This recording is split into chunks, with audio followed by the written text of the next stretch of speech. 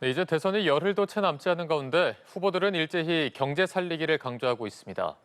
민생 경제 회복의 로드맵을 제시하는 후보가 유권자의 선택을 받을 자격이 있을 텐데요. 이를 10분 알고 있을 대선 후보들은 모두 앞다퉈 소상공인과 기업들을 위한 대안을 내놨습니다. 최지원 기자입니다. 주요 대선 주자들은 한 목소리로 경제 살리기를 강조합니다. 모두 10대 공약에서 최우선 과제로 국내 경제를 살리고 민생을 회복하겠다는 의지를 보였습니다. 이재명 후보는 가계와 소상공인에게 활력을 불어넣겠다고 했습니다. 특히 코로나를 겪으며 쌓인 소상공인들의 부담을 이제라도 정부가 책임져야 한다고 주장했습니다.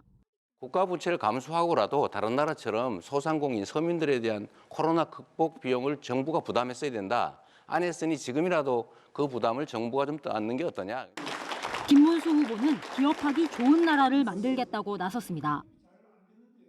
어려운 조건 속에서 기업하시는 분들이 용기를 내고 일자리를 많이 만들어서 제가 반드시 일자리 대통령으로서 여러분들에게 일자리를 많이 만들어 드리겠습니다.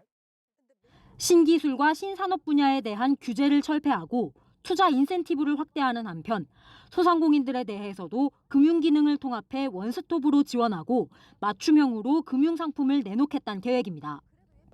이준석 후보는 자금 지원 확대보단 규제 혁신이 필요하다고 주장했습니다.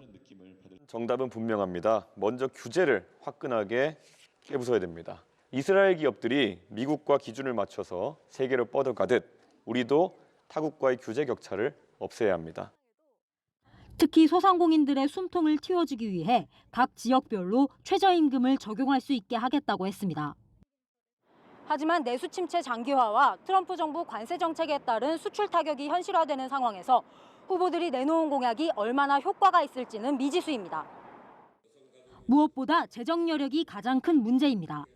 대내외 경기 불확실성에 2차 추경 필요성도 제기되지만 이미 추경 재원으로 사용할 수 있는 여유 자원은 모두 쓴 것으로 알려졌습니다.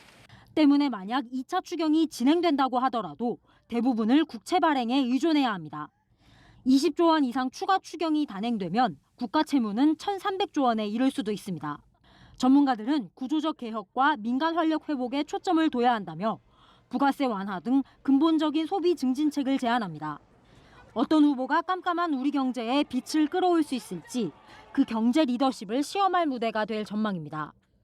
연합뉴스 TV 최주원입니다.